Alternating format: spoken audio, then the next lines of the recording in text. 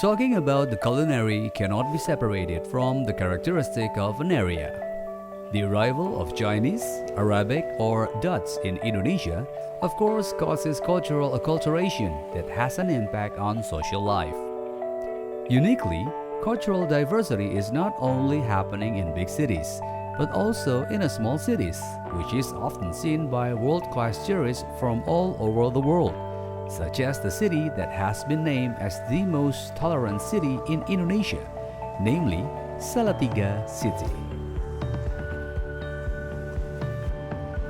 Located 49 kilometers from the south of Semarang City and 52 kilometers from Solo City, Salatiga City is a complete stretch between mountains and lowlands. Salatiga City is a heterogeneity of religion and ethnicity, which makes this city warm and friendly for anyone who comes there.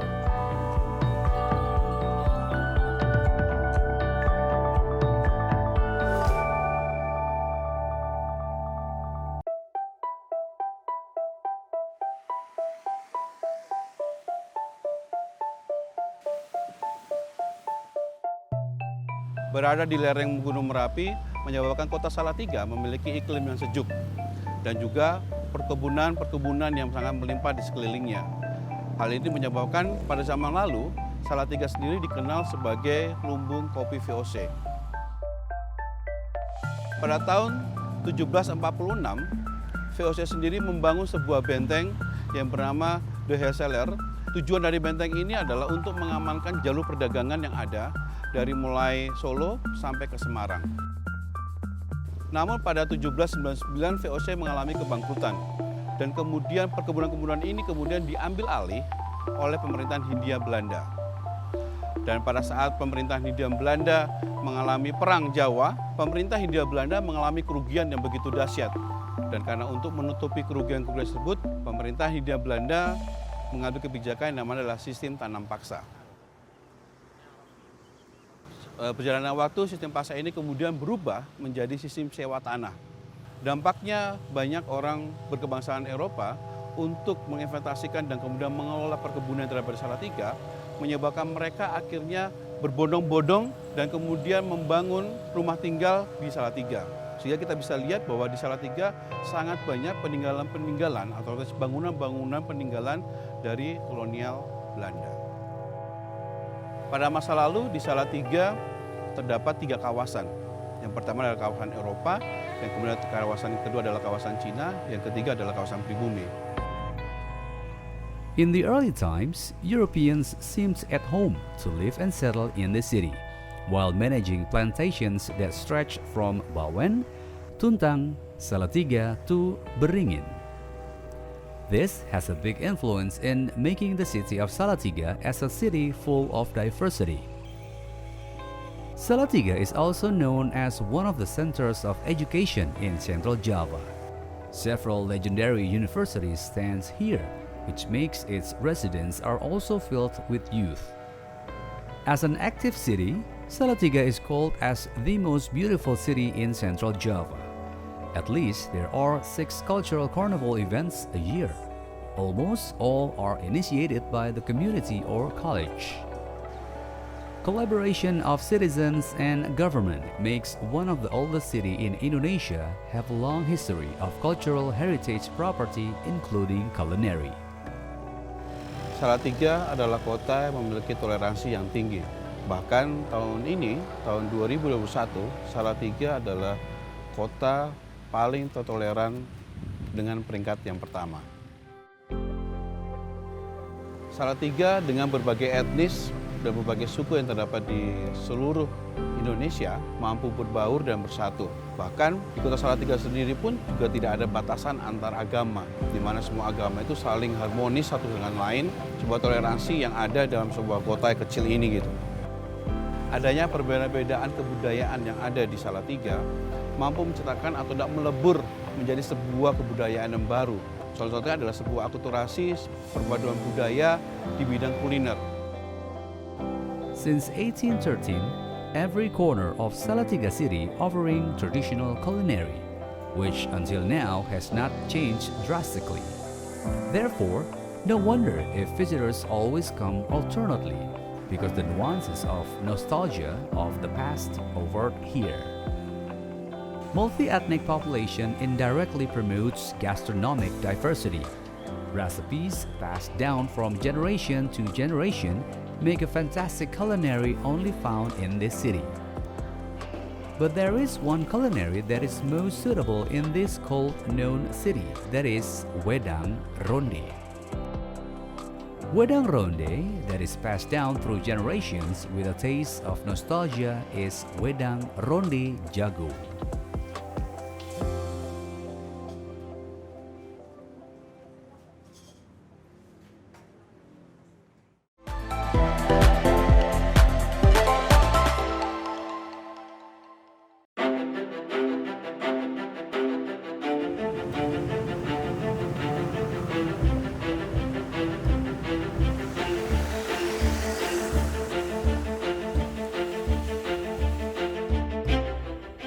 Ronde Jago is known as a snack antidote for the cold air of Salatiga City. This ronde is adapted from Chinese cuisine served in porcelain bowls. Different from other ronde, this Ronde Jago contains sweets kolang-kaling, seaweed, gelatin that is roughly wrinkled, tangkwe, orange peel sweets, and roasted peanuts. This taste, if combined into one, becomes a taste of crispy and sweet that is mergy on the tongue. From the front of the stall looks simple, but this stall has always been a destination when people come to Salatiga. Nama saya Erlangga. Saya saat ini adalah generasi keempat penerus dari Ronde Sekoteng Jago Salatiga. Ronde Jago ini sudah berdiri dari tahun 1964. Awalnya adalah kita berjualan di Jalan Kesambi. Lalu setelah itu sempat berhenti tahun 1965. Setelah itu pada tahun 1966 kita lanjut lagi buka di Jalan Kesambi sampai pada tahun 1968. Lalu pada tahun 1968 kita pindah ke lokasi sekarang ini di Jalan Jenderal Sudirman nomor 9, Kota Salatiga dari tahun 1968 sampai dengan sekarang.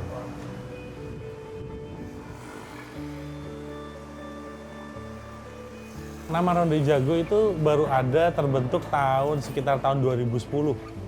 Awalnya dari kita buka itu namanya adalah Ronde Sekoteng Salatiga. Nama Ronde Jago bisa terbentuk itu karena yang ngasih itu adalah dari pelanggan kita sendiri. Karena awalnya dulu kita adalah distributor dari jamu jago. Lalu pada saat tahun sekitar 2010-2011, kakek saya generasi kedua itu mulai sakit-sakitan. Lalu pada saat setelah itu juga masyarakat sudah mulai jarang yang mengkonsumsi jamu. Maka dari itu sejak saya yang meneruskan, kita sudah stop berjualan jamu. Tapi patung dari ayam jago tersebut masih kita pertahankan di sini sebagai ikon. Jadi pelanggan sendiri yang menamai Ronde Jago awal muasalnya. Lalu saya pikir-pikir nama itu kok bagus. Jadi kita rubah namanya jadi Ronde Jago.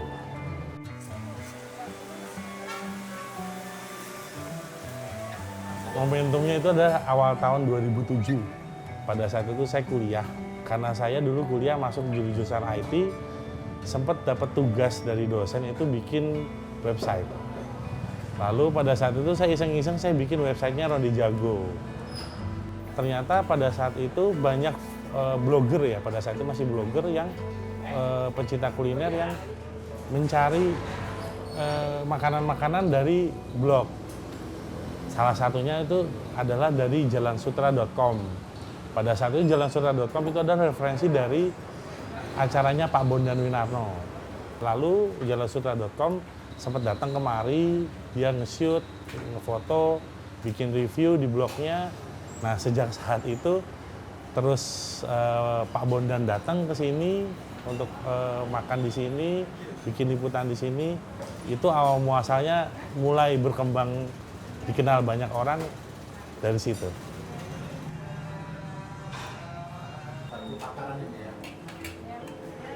Di sini kita ada wedang ronde sekoteng, ada wedang kacang, ada wedang ronde sekoteng campur kacang, ada juga makanan pendampingnya adalah batagor Bandung dan mie kopiok K3. Menu favorit pelanggan di sini tetap ronde sekoteng, lalu makanannya ada batagor.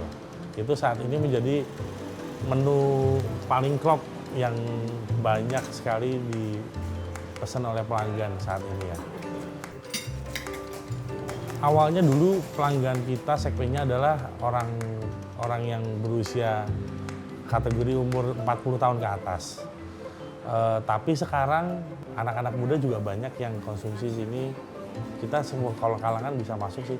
Terutama anak mahasiswa juga mulai banyak. Karena di sini kan ada UKSW itu, jadi banyak anak-anak mahasiswa yang dari luar yang jajan di sini.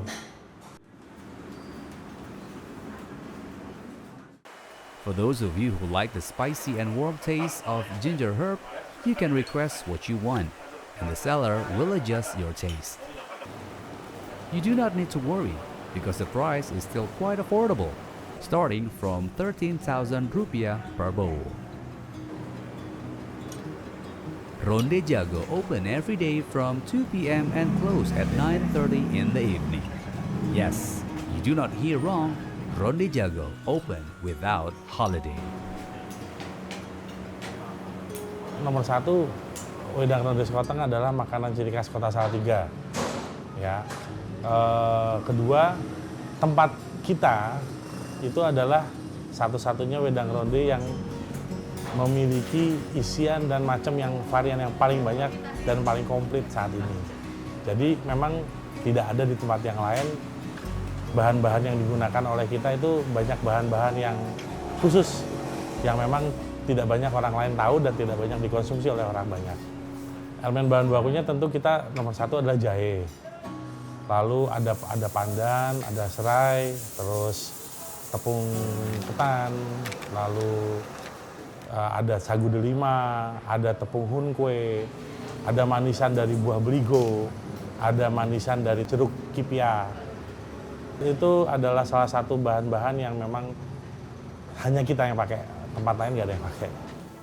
Itu yang mungkin saat ini yang jadi ciri khas paling utama buat kita ya.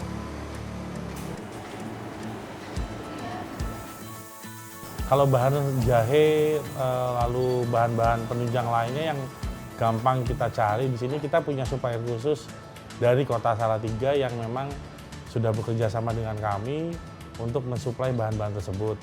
Tapi ada beberapa bahan yang memang harus kita datangkan dari luar yang memang itu jumlahnya juga terbatas.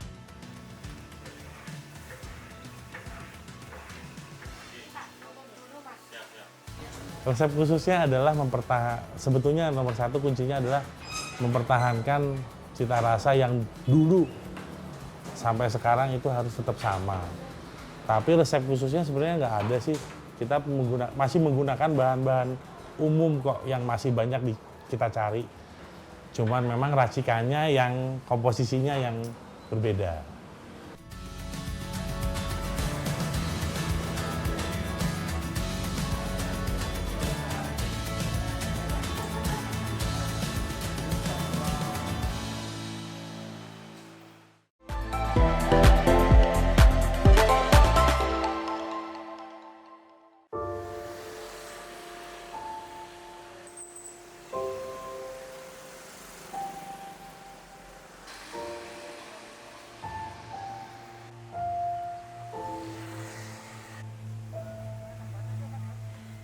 dalam usaha ini jatuh bangun tetap pasti ada ya, namanya kita berusaha, namanya kita memiliki usaha, pasti terkadang kita ada di atas, terkadang ada di bawah.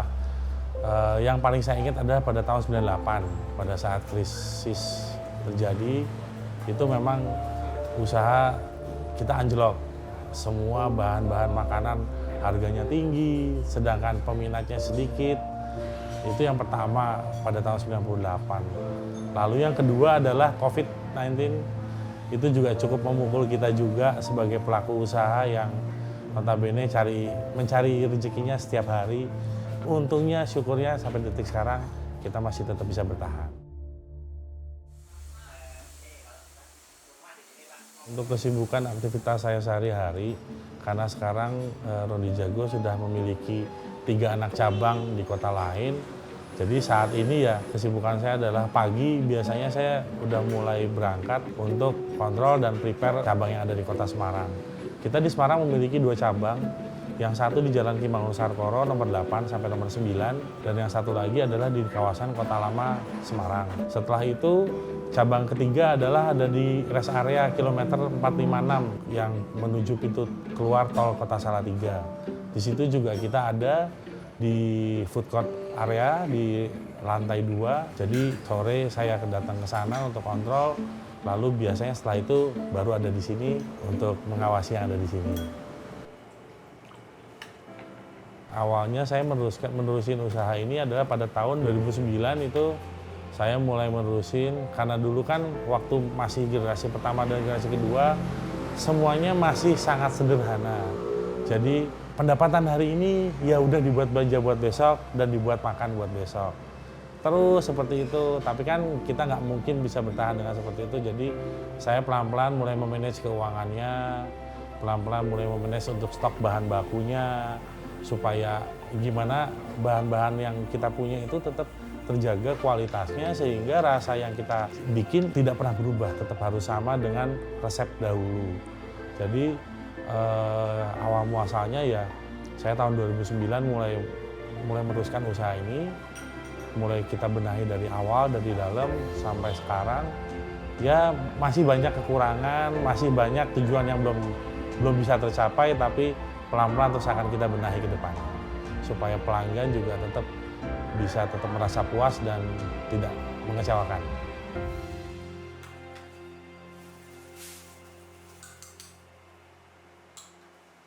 Pada awalnya saya mulai menekuni bisnis itu pada mulai tahun 2007.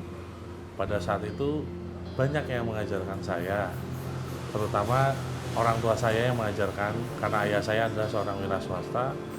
Lalu saya juga banyak mencari referensi-referensi dari teman-teman yang berbisnis kuliner yang lebih senior dari saya. Saya banyak bertanya, banyak belajar gimana cara memanage suatu usaha yang baik dan benar. Tapi kalau dari rondenya sendiri, saya belajar dari kakek saya. Jadi kakek saya generasi kedua yang mengajarkan saya gimana cara bikin ronde, gimana cara meracik ronde. Dari mulai basic saya diajari dari nyuci mangkok, terus mulai bungkusin ronde, cara bikin ronde seperti apa, terus takaran-takaran komposisinya seperti apa. Setelah itu saya mulai meracik menjuali ronde, terus sambil memanage keuangannya. Lalu sekitar tahun 2013 sebelum kakek saya meninggal, beliau memberitahu resep-resep intinya. Resep-resep inti yang komposisi takaran-takaran, semua yang harus saya pegang, yang harus saya jaga seperti apa. Jadi dari situ awal muasalnya saya belajar untuk mengelola usaha ini.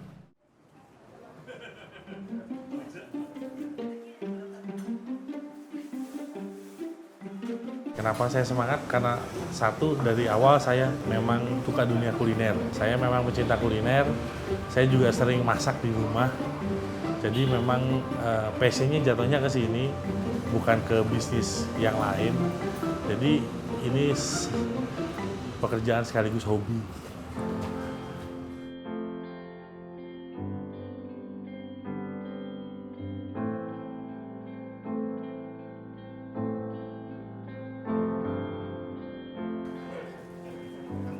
Wedang ronde is supposedly originally from China and commonly called dongji or tangyuan, which means round ball in soup.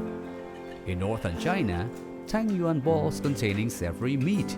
This dish is then served to be different ways adjusted to the area.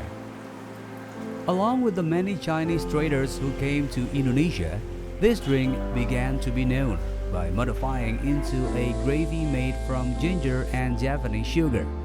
Because the taste that melts this culture, this drink quickly became popular on the tongue of the local community. Now this acculturation ronde we can find with the balls of glutinous flour containing peanut paste, mixed with sweet and spicy sauce from pieces of ginger. Ronde jago, salah satu kuliner favorit di kota Salatiga. Jadi itu enak sekali dan cocok dengan cuacanya, udaranya, dan kotanya. Kesini saya biasanya sama keluarga, kadang juga dengan rekan kerja. Pokoknya setiap saya melintas Salatiga, pasti saya tidak lupa dengan ronde jago dan batagornya. Halo, perkenalkan nama saya Dina, saya berasal dari Ungaran.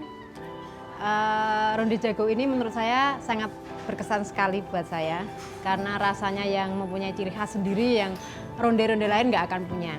Terutama aroma pandan dan gurih kuahnya itu nggak bisa diungkapkan, beda dengan ronde-ronde yang lain. Menu favorit saya ronde sekoteng, karena di situ sudah mencakup semuanya. Karena saya nggak terlalu suka aroma kacang, saya milih ronde sekoteng. Biasanya saya kesini sama teman-teman, sama saudara, sama siapa aja, yang penting kalau saya lewat saya pasti mampir kalau ada kesempatan. Saya kenal ronde jago ini mungkin agak terlambat ya, dari umur 17, sekarang saya umur 36. Kalau saya tahu dari kecil pasti saya sering kesini terus. Mantep. Ronde adalah salah satu bentuk sajian kuliner yang mengalami akulturasi dari berbagai budaya. Bagaimana ronde ini bisa datang di Salatiga, itu semua karena peran pedagang-pedagang Cina yang berasal dari Semarang dan kemudian melakukan migrasi ke kota Salatiga. Ronde ini kemudian berkembang dan bertahan pada saat ini. Filosofi dalam menikmati wedang ronde adalah sebuah kehangatan dalam sebuah kebersamaan di keluarga. Sehingga wedang ronde memang akan lebih memiliki arti lagi jika kita bisa menikmatinya dengan keluarga. Kontribusi wedang ronde jago khususnya bagi Salatiga adalah salah satu aset yang sangat bernilai bagi kuliner di Salatiga, sehingga pada tahun ini 2021 wedang ronde merupakan salah satu bagian besar dari sebuah gastronomi yang diusulkan ke UNESCO oleh kota Salatiga. Semakin besar, semakin berkembang, semakin banyak pelanggannya. Itu harapan saya. Cultural acculturation between China and Java from culinary wedang ronde shows that change is common. In Salatiga, there is no difference in treatment of the majority or minority, because all of them will get the same rights. This kind of tolerance can be an example for all of us in order to go hand in hand with each of the differences. A bowl of wedang ronde jago is a form of warmth of the city of Salatiga that is safe and comfortable.